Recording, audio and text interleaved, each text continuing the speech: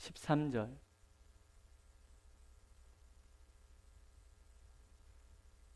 우리 한 목소리로 읽겠습니다. 시작. 우리를 시험에 들게 하지 마시옵고 다만 악에서 구하시옵소서. 나라와 권세와 영광이 아버지께 영원히 있사옵나이다. 아멘. 제가 피아노 조율사를 하고 그다음에 제가 이제 두 번째 들어간 직장이 횃불회관이었습니다. 양재동에 있는 횃불회관. 거기 이제 제가 국내 선교부 간사로 일을 할 때에 어느 감사주일 주간에 이제 횃불회라고 있거든요. 목사님들을 모이는 데를 목사 횃불회라 그러고, 그다음에 전도사님들 모이는 데를 청지기 횃불회라 그러고, 그다음에 뭐 있더라? 루디아 횃불회, 그다음에 무슨 먼 횃불회, 문 횃불회 뭐 이런 것들이 있어요. 쭉 있는데 전 횃불회가 모여서 횃불 축제를 한 적이 있었습니다. 그래서 각 횃불회가 자기들의 장기를 준비해서 이제 발표하는 시간을 가졌는데, 그 중에 이제 청지기 횃불회라고 하는 그 전도사님들의 모임에서 연극을 준비를 했어요. 이 연극의 주제가 재밌었어요. 연극에 이제 마귀가 등장을 해요. 끊임없이 사람들을 부추겨서 갈등을 막 조정을 해요. 사람들이 막 싸우다가 옆에 보면 누가 왔다 갔다 하거든요. 그래서 넌 누구야? 나 마귀. 마귀? 그런 게 어딨어? 응? 나도 안 믿어? 이러면서 마귀가 사라지는 거예요. 나도 안 믿어. 근데 제가 그 장면이 오랫도록 자꾸 생각이 나는 거예요. 어쩌면 우리가 그럴지도 모르겠다. 마귀의 충동에 의해서 우리가 막 싸우다가, 그리고 어떤 소욕에 빠져서 정신없이 지내는데, 그러다 문득 마귀의 존재를 인식해서 너 누구야? 그러면 나 마귀. 그런단 말이죠. 그 시대가 안 믿는 시대니까 마귀? 그런 게 어딨어? 응? 나도 안 믿어. 이러고 사라지는. 어쩌면 이것이 우리 시대를 살아가고 있는 우리의 문제가 아닌가, 그런 생각이 들 때가 있어요. 마귀를 안 믿는 시대. 눈에 보이지 않는 영적인 그 가치들을 거부하는 그런 시대. 그게 오늘을 살아가고 있는 우리의 시대의 그 모습이다 하는 거죠. 근데 정말 그런가 하는 거죠. 정말 그런가. 우리는 모든 가치의 출발을 성경에 두는 거죠.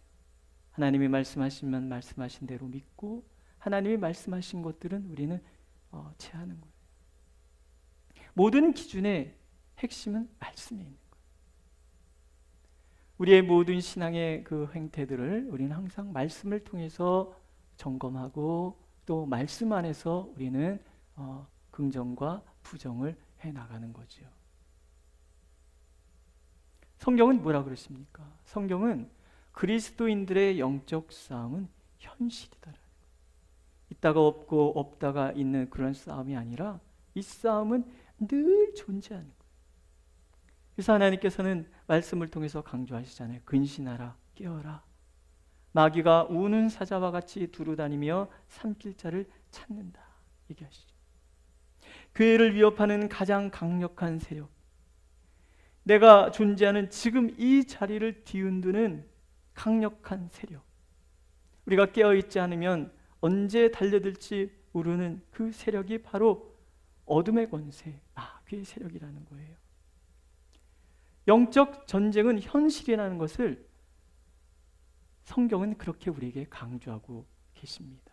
우리의 씨름은 혈과 육을 상대하는 것이 아니요 통치자들과 권세들과 이 어둠의 세상 주관자들과 하늘에 있는 악의 영들을 상대함이라.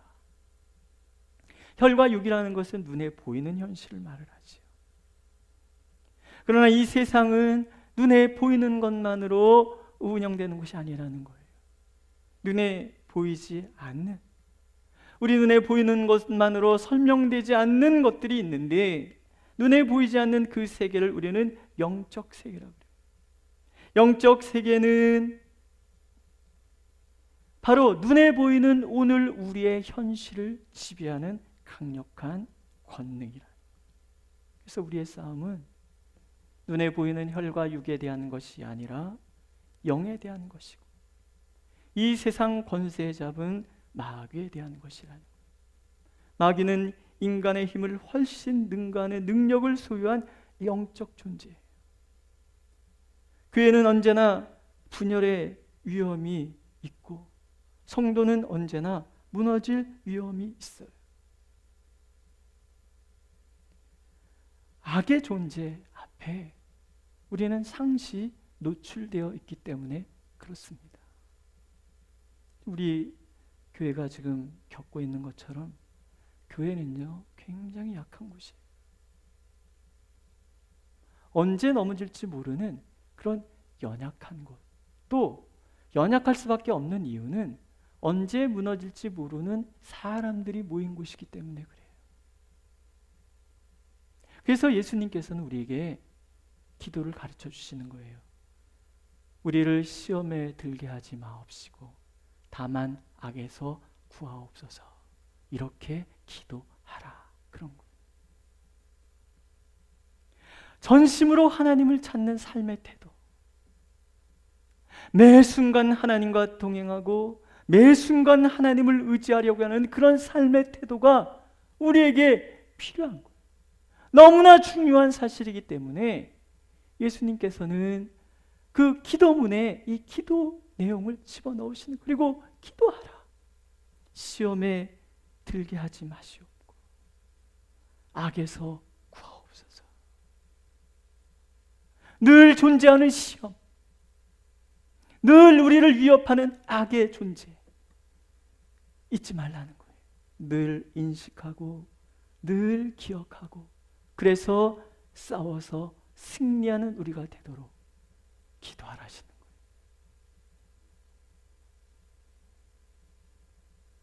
악의 영들에 대한 우리의 소견을, 우리가 바른 소견이 무엇인지를 좀 살펴볼 필요가 있는 거죠. 이원론적인 사고가 있잖아요. 이원론적인 사고는 바른 소견이 아니에요. 이원론적인 사고란 선악의 구조 속에서 하나님과 마귀가 한 축을 이루고 서로 대립하는 구도에 있다라고 보는 생각을 말을 합니다. 이 이원론적인 사고는요, 마귀의 권세를 지나치게 과장시키는 경향이 있어요. 마치 마귀가 세상의 한 축을 담당하고 있는 위협적인 존재다라고 자꾸 우리에게 두려움을 주거든요. 한동안 프리메이슨이라든지 세계 정부라든지 이런 이야기들을 우리가 많이 듣다가 보면 그런 이야기들 속에서는 악이 지나치게 과장되고 있다라는 생각이 들 때가 참 많아요. 또 근본주의적인 사고를 가진 사람들의 신앙 형태 또한 이런 대립 구도로 나간다라는 거예요. 이들은 우리에게 일어나는 모든 문제, 그 문제 중 우리를 힘들게 하는 것들은 다 마귀의 시험으로 간주하는 거예요. 그래서 겨우 기도해야만 겨우 쫓아낼 수 있는 그런 존재, 의외로 이런 것들이 우리 주변에 너무 많아요. 이 이원론적인 사고는 또 다른 어떤 위험에 빠지게 하냐면 우리의 책임을 회피하게 만들어요. 죄라는 것은 사실은 우리의 책임이거든요. 하나님께서 선악을 알게 하는 열매를 먹을 수 있는 의지 또는 안 먹을 수 있는 의지를 우리에게 주셨단 말이에요. 이게 자유의지라고 그래요. 선택의 책임은 누가 있다는 얘기예요? 나에게 있다는 거예요. 이원론적인 사고는 나를 중간에 두고 하나님과 악이 서로 대립하는 거예요. 나를 선한 쪽으로 하나님이 막 이끌어가려고 그래. 근데 반대로 악이 나를 막 끌어가. 어느 날 악이 더 세면은 하나님도 어쩔 수 없어.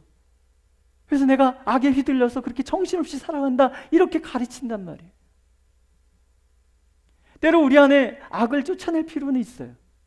그죠? 성경에도 나오니까 예수님께서 거라사 광인을 고칠 때 예수님께서 명령하시잖아요. 나가라. 여기 사람이 그 악이 나간단 말이에요. 그런 일도 있단 말이죠. 하지만 그러나 중요한 것은 내가 하는 악한 행동의 모든 근원을 악이라고 얘기하면 안 된다. 악이 나에게 가져다 준, 그럼 뭐야? 악이 나를 지배하는 거야? 내 안에 성령께서 계시는데 성령께서 무력하신 분이에요? 그건 아니라는 거예요.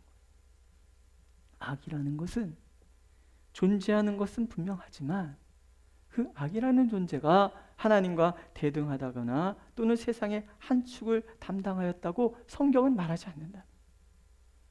마귀 또는 사탄도 하나님의 허용된 범위 안에서만 하나님의 사람을 건드릴 수 있다는 거예요. 욥기에 나오지 않아요.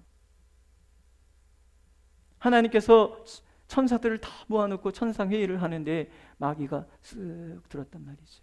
어디 갔다 오냐?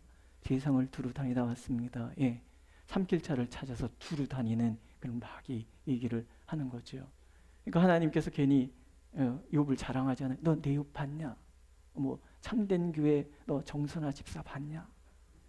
하나님 막 칭찬하는 거예요. 그렇게 예쁘고 찬양자라고 헌신적이고 막 그러니까 하나님께서 이 마귀가 그거야 복 주시니까 그러지요. 여기까지만 합시다. 그 다음 이야기를 하면은 큰일 나니까. 욥한테 하나님 그러니까 마귀가 궁시렁대니까 그럼 뺏어와봐라. 자식들이 한꺼번에 죽어요. 재산 다 날려요. 어려움이 찾아오는 거예요. 그런데 욥이 불평하지 않아요. 두 번째 천상회의가 열리지 않아요? 봐라, 내 종 욥은 나 원망하지 않겠냐. 예, 그거야. 몸을 안 건드렸으니까 그렇죠. 항상 마귀는 항상 이런 식이에요. 그러니까 뭔가 이렇게 자꾸 삐죽대고 이러는 사람들은요 자신을 잘 돌아봐야 돼요. 혹시? 그러면 몸은 건드려라 하지만 목숨을 손대면 안 된다. 그래서 몸에 악창이 돋잖아요. 얼마나 가려웠으면 기왓장으로 긁을까요?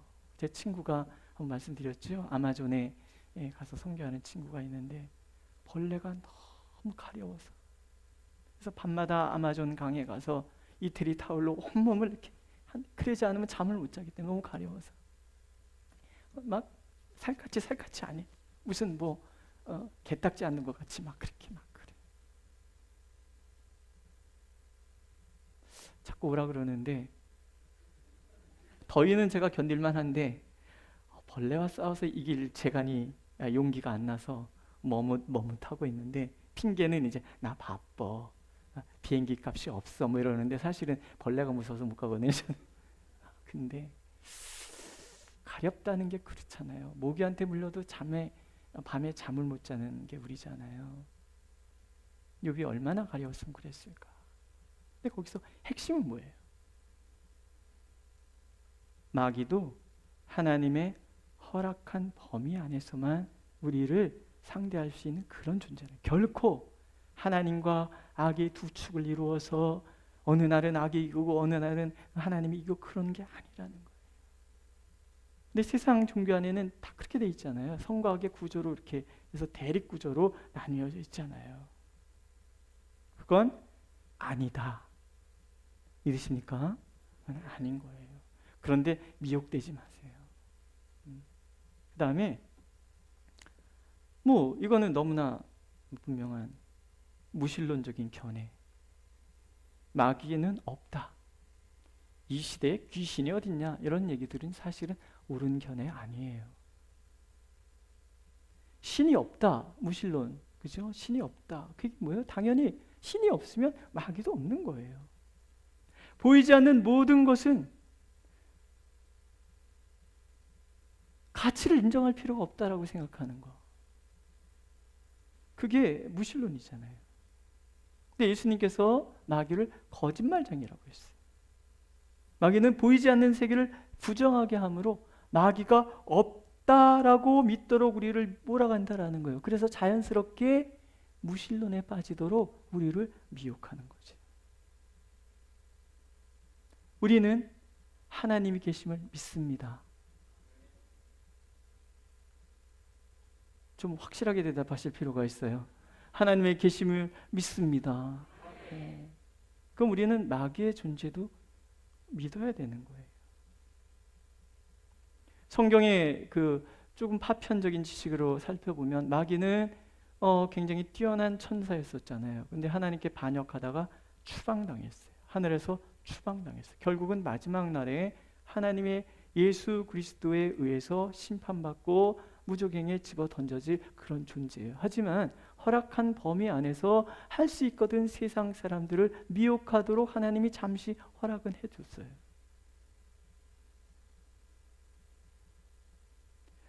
예수 그리스도께서 그 악의 권세를 이겼다라는 것이 성경의 증언입니다. 믿으시죠? 예.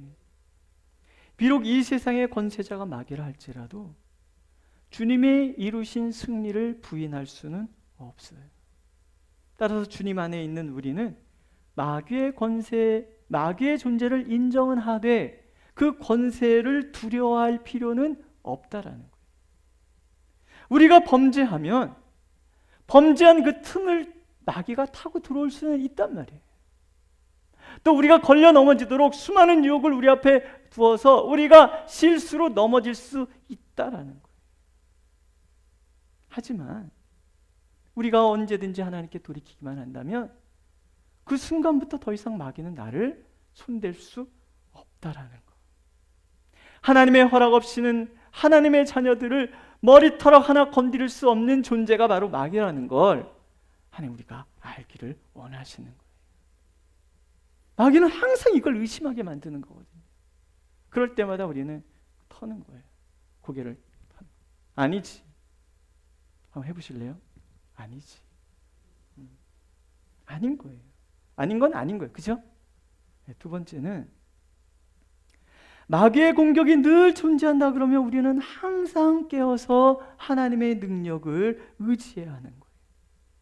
마귀의 관계를 능히 대적하기 위하여 마귀는 우는 사자와 같이 삼킬 자를 찾나니 이런 말씀들이 있잖아요. 보이는 이 세계가 전부가 아니고 보이는 이 세계는 보이지 않는 세계에 의해서 지배를 받고 있다는 것을 늘 기억하는 거예요. 하나님께서 우리를 통치하신다는 것. 그 통치의 영역에 아직도 마귀는 끊임없이 도전하고 있다는 것. 그래서 예수 믿는 사람은 마귀의 통치 영역인 이 세상에 살고 있기 때문에 언제든지 마귀의 공격에 노출될 수밖에 없다는 것. 마귀는 늘 괴계를 일삼고 있다는 거 우리는 인식하고 살아가야 되는 거예요.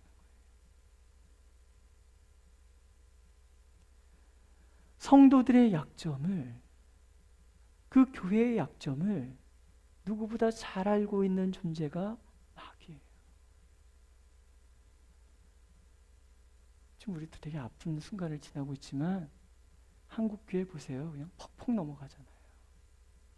그렇게 견고해 보이고 그러던 교회가 퍽퍽 넘어가요. 그렇게 훌륭해 보이던 목사님들이 퍽퍽 넘어가요. 긴장하지 않아서 그래요. 깨어있지 않아서 그렇다라는 거죠. 우리는 하나님의 도우심을 구할 수밖에 없어요. 우리의 힘으로는 마귀를 이겨낼 재간이 없는 거예요. 우리는 그런 연약한 존재인 거예요. 그래서 성경은 말씀하시잖아요. 너희가 주 안에서와 그 힘의 능력으로 강건하여지고. 우리의 힘이 아니에요. 하나님의 힘의 능력으로 강건하여지고 어디서? 주님 안에 머물므로. 마귀의 관계를 능히 대적하기 위하여 하나님의 전신갑주를 입으라. 그러므로 하나님의 전신갑주를 취하라. 이는 악한 날에 너희가 능히 대적하고 모든 일을 행한 후에 서기 위함이라. 선다라는 거, 흔들리지 않는 삶을 살기 위해서는 하나님을 전적으로 의지하고 그분이 우리에게 주시는 전신갑주를 입어야 되는 거예요. 곧 우리의 힘의 원천은 하나님이신 거예요. 하나님을 의지하지 않는 그 순간부터 우리는 넘어지는 거예요.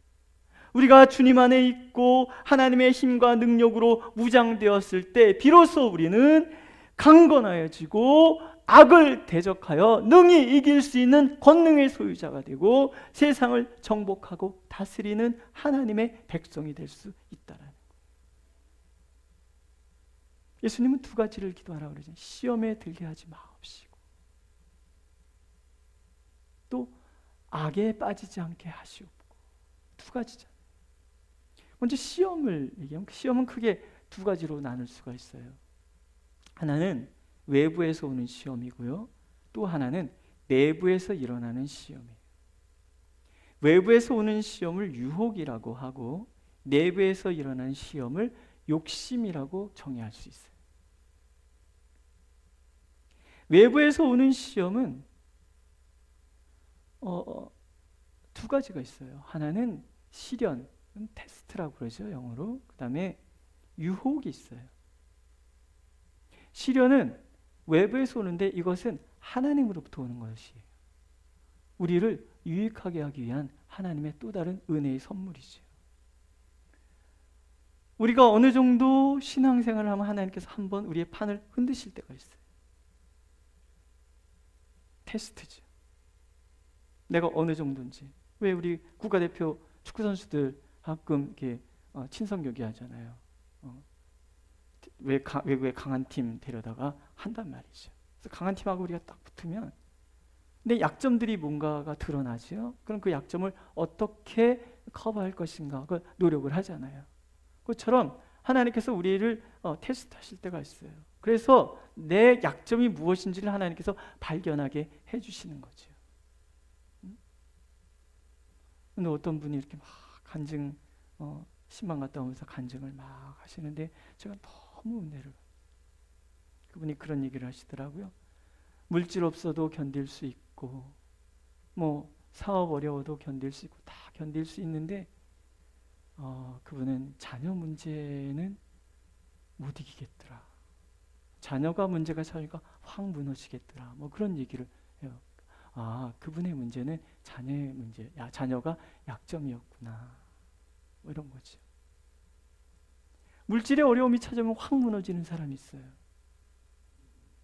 내 어떤 자존심 이런 것 때문에 확 무너지는 사람들도 얼마나 많아요. 나의 게으름 때문에 무너지는 사람도 있고, 나의 급한 성격 때문에 무너지는 사람도 있고, 내 그 분노의 약점 때문에 또 나를 드러내고자 하는 어떤 그런 것 때문에 무너지는 사람들이 얼마나 많아요.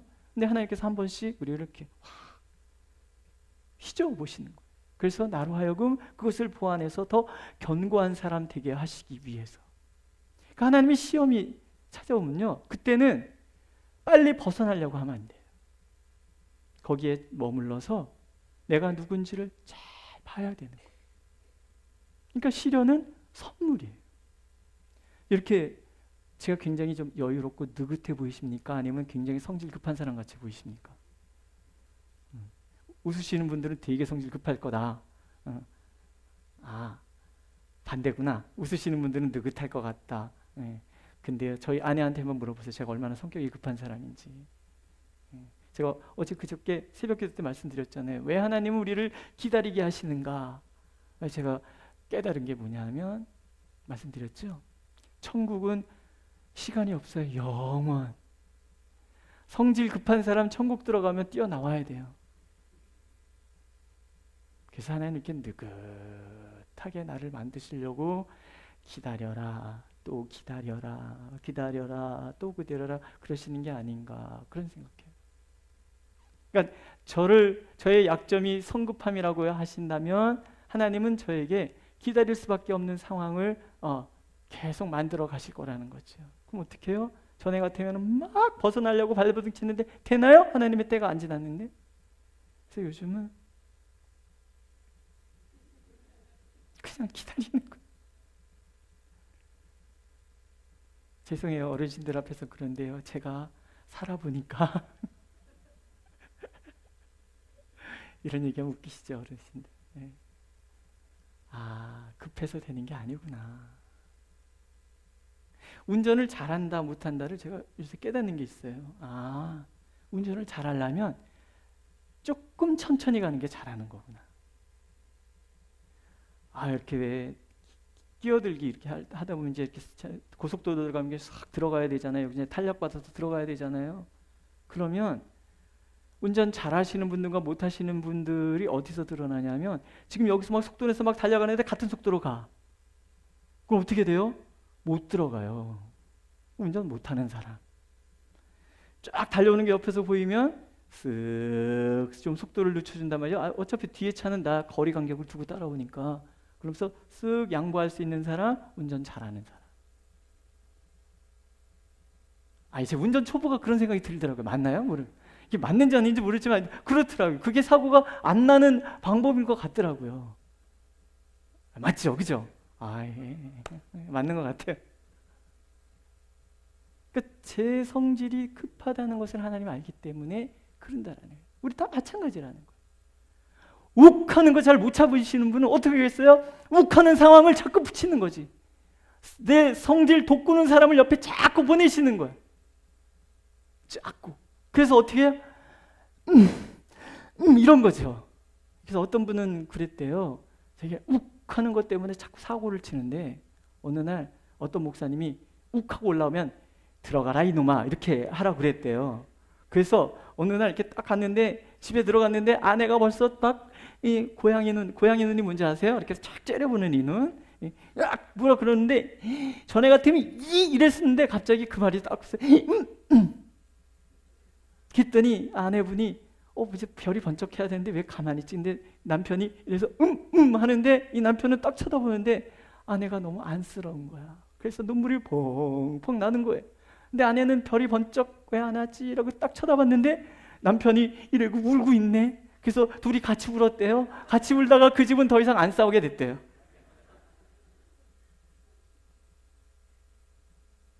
하나님의 시련이라는 게 있어요. 시련이 찾아올 때는요, 감사하면 돼요. 머물러서 그것이 무엇인지를 잘 들여다보면 하나님께서 나를 성숙함으로 쑥 올려주시는 거죠. 믿으십니까? 유혹은 마귀로부터 와요. 이건 나를 파멸시켜서 하나님으로부터 멀어지게 하는 거예요.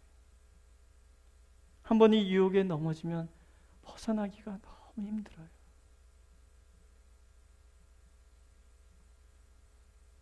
어느 분이 자꾸 그러신다는데 제가 아까 그 권사님이 어떤 분 이름을 말씀해 주셨는데 이름을 제가 기억을 못하겠어요. 그분이 늘 그러신데요. 뒤돌아보면 인생이 다 실수요 그러신다는데 그 말이 너무 공감이 돼요. 그래 정말 실수투성이다. 우리의 삶 가운데 마귀는 늘 그렇게 우리를 넘어뜨리려고 우리를 유혹하는 거예요. 유혹거리를 수없이 내 앞에 진열해 놓는 거죠. 넘어지라고. 근데 어떤 분이 이런 얘기를 했어요. 하늘의 새가 날아가는 것을 막을 수는 없지만 그 새가 내 어깨에 앉지 않도록 막을 수는 있다. 유혹이 끊임없이 존재하는 세상을 우리가 살아가기 때문에 안 넘어지고 간다는 것이 참 너무 어려워요. 하지만 하나님은 그래서 우리에게 기도하시는 거예요. 시험에 들게 하지 마옵시고 유혹에 빠지지 않도록 우리를 늘 붙들어 주시기를 기도하라는 거예요. 그게 깨어있는 거거든요. 우리가 깨어있다면 우리는 유혹에 넘어가지 않을 수 있다라는 거예요. 외부에서 오는 것보다 더 무서운 것은 내 안에서 나오는 거예요. 욕심이죠. 욕심을 제가 크게 세 가지로 나눌 수 있지 않을까 이런 생각을 해봤어요. 하나는 욕망, 육신의 욕구라는 것이 원초적인 욕구예요. 먹는 거, 성욕, 또 뭐 이런 욕구들 있잖아요. 이게 내 육신의 욕구, 본능적으로 나오는 이 욕구들이 나를 넘어뜨리려고 한다는 거죠. 이런 욕구가 사실은 죄가 아니죠. 배고픈 게 뭐가 죄예요, 그죠? 배고픈 건 죄가 아니에요. 근데 이걸 충족시키기 위하여 내가 무슨 욕심을 내기 시작한다 그러면 문제가 되는 거죠. 마귀는 딱 보고 있다 그것을 탁 움켜쥔다는 거예요. 넘어뜨리는 거죠. 조심해야 돼요. 지금 우리 사회에 이게 성적인 문제가 얼마나 심각합니까? 그렇죠? 너무 심각합니다. 이런 것들을 넘어가지 않도록 그렇죠? 성은 하나님 주신 선물인데 이걸 막 오용하는 것들이 너무 많은 거예요. 이런 것들에 대해서 우리 하나님 앞에 늘 기도해야 되는 거죠. 그래도 원초적인 욕구는 어떻게 저쪽에 이길 수 있어요. 근데 그 다음에 어려운 게 뭐냐면 이생의 자랑, 과시, 이름 내고 싶은 그런 욕망. 요즘 애들 가수, 유명한 가수 아이돌 그러잖아요. 우상이라는 거잖아요. 우상. 내가 우상이 돼서 숭배받고 싶어하는 욕구.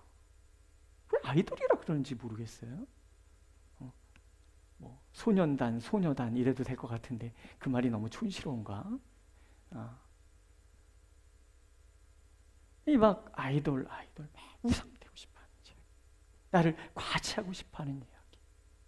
제가 그 말씀을 읽다가 이 말씀이 그렇지 않을까 생각이 들어요. 거기에 누가복음에 보면 부자와 나사로 이야기가 등장하잖아요. 바리새인들이 예수님의 가르침을 비웃었기 때문에, 돈 좋아하는 사람들이 비웃었기 때문에 예수님이 이 귀를 얘기하시거든요.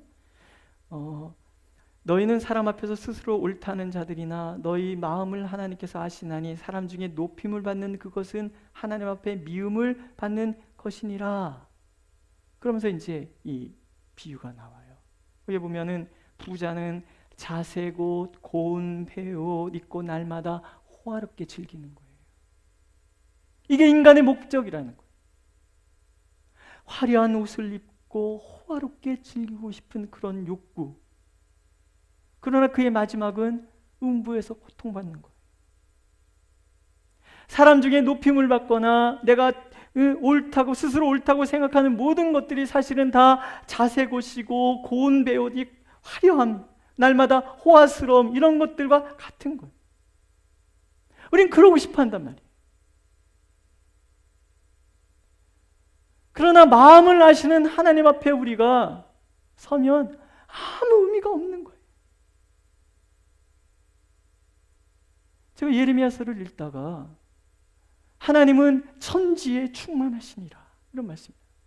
전후에 무슨 얘기가 있냐면 우리 인간의 모든 죄악들 하나하나를 하나님이 다 살피시는 거예요. 하나님 앞에 숨길 수 있는 것이 아무것도 없는 거예요.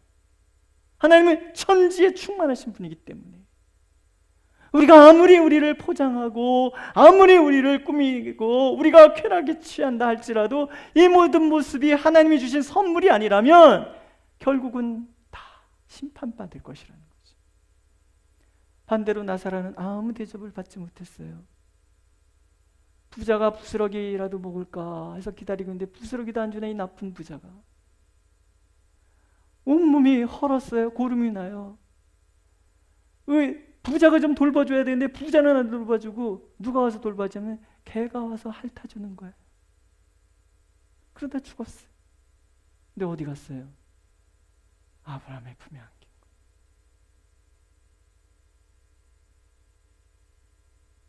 드러내길 좋아하고 남이 알아주기를 좋아하는 마음이 빠지는 비극이 이거라는 거죠.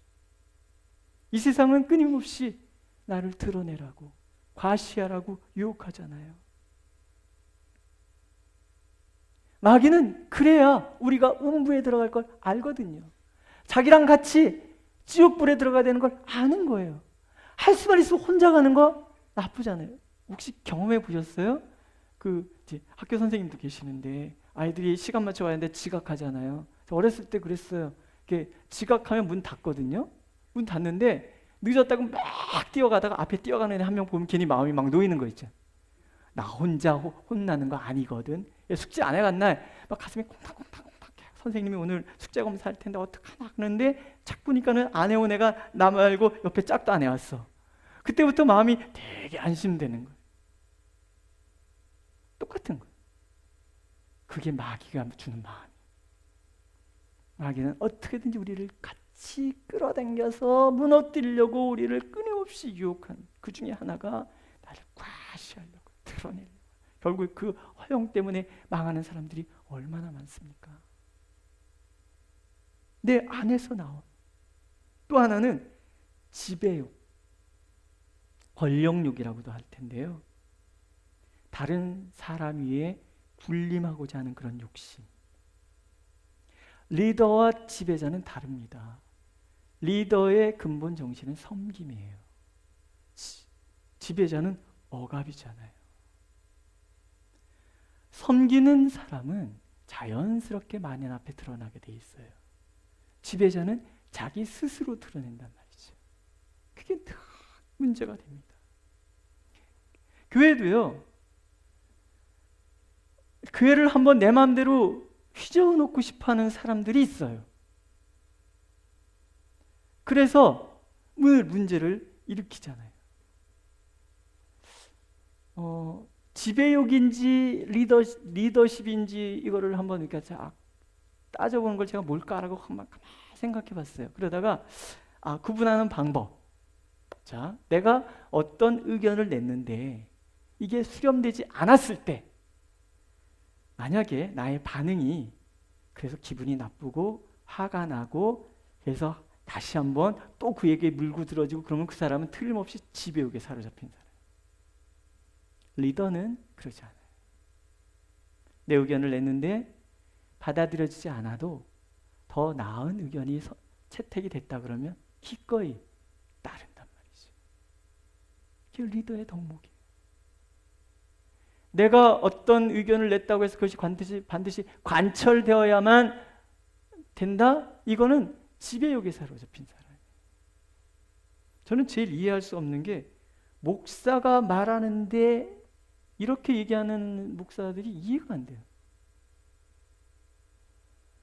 물론 밤새도록 고민하고 기도하고 그러면서 준비는 해요. 하지만 그게 완전한 거 아니잖아요. 저보다 인생을 많이 사신 장로님들한테 여쭤보면 장로님들이 더 나은 의견을 가지실 때가 훨씬 많거든요. 또 저보다 나이가 어리다 할지라도 살아온 시간들이 다르기 때문에 그 삶 속에서 경험한 지혜들이라는 것이 또 존재하거든요. 당회를 연다. 그럼 당회는 목사가 자기 의견 관철시키는 시간이 아니라 이 공동체 안에 성령께서 어떻게 역사하시는지를 듣는 시간이에요. 저는 그런 생각을 많이 해요. 좀 시간이 길어지더라도 피 터지게 토론을 할지라도 그래서 우리가 기꺼이 어떤 의견을 도출해낸다 그런다면 저는 그것이 성령이 역사하시는 당회다 이런 생각하거든요. 되게 많이 공감하시네요. 네. 시마놀테 내가 하나님의 종이 장로님들도 하나님의 종이고 목사도 하나님의 종 다 그런 거잖아요. 다만 저는 목사는 강단에서 설교하고 하나님께서 축복하라고 하는 게 축복하고 뭐 이런 게 있는 거고 장로님들도 같은 치리의 권한은 같이 공유하는 거잖아요. 왜 재직회가 있고 왜 공동회가 있겠어요? 교회는 함께 가는 곳이기 때문에 그래요. 하나님은 어느 한 사람 속에서만 역사하시는 분이 아니라 공동체 가운데 역사하는 곳이기 때문에 저는 한국교회 문제가 거기에 있다라는 생각을 많이 합니다. 지배요. 예수님이 그래서 제자들에게 신신당부하시잖아요. 너희 중에 누구든지 크고자 하는 사람, 곧 모든 것을 이끌어가고 싶은 마음이 있는 사람, 섬기는 자가 되어라. 으뜸이 되고자 한다면 종이 되어라. 예, 예수님이 그러셨기 때문에. 믿으십니까? 욕심이 잉태한 즉 죄를 낳고 죄가 장성한 즉 사망을 낳는다. 주님 말씀하시죠. 외부의 시험과 결탁될 때, 이 욕심이 외부의 시험과 결탁될 때 나는 사망의 죄에 빠질 수밖에 없는 거예요. 내 안에 차오르는 욕심, 그 욕심 앞에 마귀가 유혹의 그 선물들을 쫙 늘어놓으면 우리는 백발백중 넘어갈 수밖에 없는 거예요. 그래서 예수님은 시험에 들지 않게 기도하라. 우린 다 연약해요. 바이러스 하나 이기지 못하는 게 우리란 말이죠.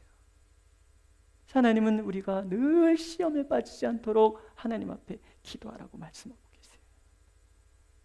또 하나는 악의 문제예요. 악의 문제. 악이라는 것은 하나님의 부재의 상태를 얘기하는 거예요. 우리의 눈에 존재하는 모든 것들이 사실은 하나님 부재의 사건들이잖아요. 모든 부조리함들. 그 악에 의해서 지배당하고 있는 세계의 이 수많은 전쟁과 그 때문에 죽어가는 수많은 아이들, 수많은 사람들, 가난과 또 질병과 어떤 부조리, 이 모든 것들이 우리를 얼마나 힘들게 하냔 말이죠. 그래서 주님께서는 기도하라는 거예요. 우리를 악에서 건져 주시옵소서. 악에서 구하시옵소서. 이건 우리의 사명인 거예요. 제 친구 목사님이 탈북자 자녀들 선교를 열심히 하는 목사님이 있어요. 북한에서 배가 고프니까 중국으로 탈출을 하잖아요. 예. 탈출을 하면 공안에 배 잡히면 다시 북한으로 돌아가야 되니까 그 사람들이 중국 사람들 살고 있는 초원에 이렇게 스며드는. 그래서 결혼하지 않고 살아가는 그런 중국 농부들하고 뭐 이런 사람들 결혼을 해요. 근데 우리나라나 그 나라나 마찬가지고 나이 들어서 결혼 못한다는 얘기는 그만큼 어렵다는 얘기예요. 근데 배가 하도 고프니까 나와서 밥은 먹으니까 너무 좋아. 근데 밥이 배가 차면은 그 다음에 뭐가 생겨요? 다른 게 생기잖아요. 그러니까 이 남편과 사이에서 아이가 태어났는데 이 엄마들이 탈출한 분들이 또 다른 루트를 통해서 한국으로 와요. 한국에 한번 발을 들이고 나면 절대로 그 아이를 찾지를 않아요. 그런 아이들이 자그마치 이거 녹음되죠? 굉장히 많다라는 거예요. 이제 그 아이를 돌보는 일을 해요. 그래서 저도 이제 거기 같이 참여해서 한 번씩 갔다 오기도 하고 뭐 그랬었거든요. 그 친구 맨날 보내주는 것이 있어요. 북한의 인권 상황에 대해서. 아무래도 그 일을 하니까는 정보가 많아요. 악이죠, 악. 수많은 부조리들. 기도하라는 거예요. 악에게서 우리를 구해 주시옵소서. 그럼 공산주의만 그런가요? 이 자본주의 안에서 이 행행되는 이 악은 또 얼마나 많습니까? 자본주의가 선은 아니에요. 수많은 부조리함들이 존재한단 말이죠. 그것을 바라보면서 우리는 기도해야 되는 거예요. 악에서 구하옵소서. 수많은 악한 무리들의 그 어떤 획책에 우리가 넘어가지 않도록 하나님 우리를 지켜주시옵소서. 하나님이 약속하시잖아요. 무릇 하나님께로부터 난 자마다 세상을 이기느니라. 세상을 이기는 승리는 이것이니 우리의 믿음이니라. 하나님께로부터 난 자는 다 범죄하지 않은 줄 우리가 아노라. 하나님께로부터 나신 자가 그를 지키심에 악한 자가 그를 만지지도 못하느니라. 이 말씀을 믿고 우리는 늘 기도하는 거예요. 자, 교회를 위해서도 교회의 직분자들을 위해서도 우리가 기도해야 되는 이유, 마귀는 언제든지 우리를 넘어뜨리려고 달려들고 있다는 거예요. 분열하고 싸우고 불안하게 하고 게으르게 하는 모든 계기를 위해서 우리는 기도해야 되는 거예요. 전신갑주를 입고 날마다 승리할 수 있도록. 단 도망갈 필요는 없어요. 주눅들 이유도 없어요. 예수 그리스도의 십자가는 이 모든 것을 이기고 남는 하나님의 능력이기 때문에, 그리고 그 능력 안에 우리가 있기 때문에, 그래서 주님은 우리에게 간절히 말씀하시는 거예요. 시험에 들게 하지 마옵시고 악에서 구하옵소서. 이렇게 날마다 기도하라. 누가 지켜주시는 거예요? 하나님께서. 믿으십니까? 오늘도 그렇게 기도함으로 당당히 대적을 이기고 승리해내는, 그리고 이 어둠의 세상이 주님의 밝은 빛으로 가득한 세상으로 바꿔가는 우리가 되기에 하나님은 간절히 원하고 계십니다. 기도하겠습니다.